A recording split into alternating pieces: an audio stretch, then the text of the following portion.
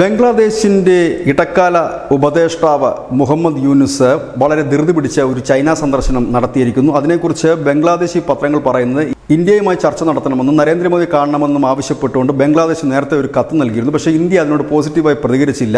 അതിൻ്റെ ഭാഗമായിട്ടാണ് പെട്ടെന്ന് തന്നെ ചൈനയിലേക്ക് പോകാൻ യൂനുസ് തയ്യാറെടുത്തതെന്നാണ് ബംഗ്ലാദേശി മാധ്യമങ്ങൾ പറയുന്നത്. എന്നാൽ ഇപ്പോൾ ഒരു പട്ടാള അട്ടിമറിയുടെ ഒരു ഘട്ടത്തിലെത്തി നിൽക്കുന്ന ബംഗ്ലാദേശിൽ നിന്നും യൂനുസിൻ്റെ ഈ ചൈനയിലേക്കുള്ള പോക്ക് ബംഗ്ലാദേശിൽ ഉള്ള തൻ്റെ എതിരാളികൾക്കും ഒപ്പം ഇന്ത്യയ്ക്കും അമേരിക്കയ്ക്കും ഒക്കെ ഒരു സന്ദേശം നൽകാനാണെന്നും ചില ബംഗ്ലാദേശി മാധ്യമങ്ങൾ പറയുന്നു. ഏതായാലും ഇന്ന് രാവിലെയോടുകൂടി ചൈനയിൽ എത്തിയ മുഹമ്മദ് യൂനുസിന് ഒരു തണുപ്പൻ സ്വീകരണമാണ് കിട്ടിയത്. സാധാരണഗതിയിൽ ഒരു രാജ്യത്തിൻ്റെ തലവൻ വരുമ്പോൾ മറ്റ് രാജ്യങ്ങളുടെ തലവന്മാരോ ഇല്ലെങ്കിൽ പ്രോട്ടോക്കോൾ പ്രകാരം ആ തലവന് തുല്യമായവരോ ഒക്കെയാണ് സ്വീകരിക്കാൻ എത്തുന്നതെങ്കിൽ അത്തരക്കാരൊന്നും യൂനുസിനെ സ്വീകരിക്കാൻ എത്തിയിരുന്നില്ല എന്നതും ശ്രദ്ധേയമാണ്. ഇവിടെ ശ്രദ്ധേയമായ രണ്ട് രാജ്യങ്ങളുടെ മൗനമാണ് ചർച്ചയായി മാറുന്നത്. ഒന്ന്, ഈ യൂനുസിൻ്റെ കത്തിനോട് ഇന്ത്യ പ്രതികരിക്കാതിരുന്നതും ഒപ്പം തന്നെ ചൈനയിൽ വലിയ സ്വീകരണം യൂനുസിന് കിട്ടാതിരുന്നതിൻ്റെ പിന്നിൽ യൂനുസിൻ്റെ നാളുകൾ എണ്ണപ്പെട്ടിരിക്കുന്നു.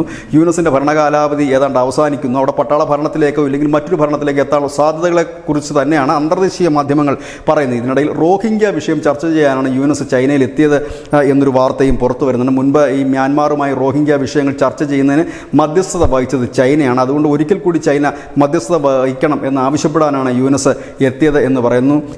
ശനിയാഴ്ചയോടുകൂടി യൂനുസ് ബംഗ്ലാദേശിൽ തിരിച്ചെത്തും എന്നാണ് വാർത്തകൾ പുറത്തു വരുന്നത്. പക്ഷേ അവിടെ നിന്ന് വരുന്ന വാർത്തകൾക്കും ഈ യൂനുസിൻ്റെ ധൃതി പിടിച്ചുള്ള ചൈന സന്ദർശനത്തിനുമൊന്നും ഒരു വ്യക്തതയില്ല എന്നുള്ളത് തന്നെയാണ് അവിടെ എന്തൊക്കെയോ നടക്കുന്നു എന്നുള്ള സൂചനയും നൽകുന്നത്. ന്യൂസ് ഡെസ്ക് ന്യൂസിൻ്റെ മലയാളം.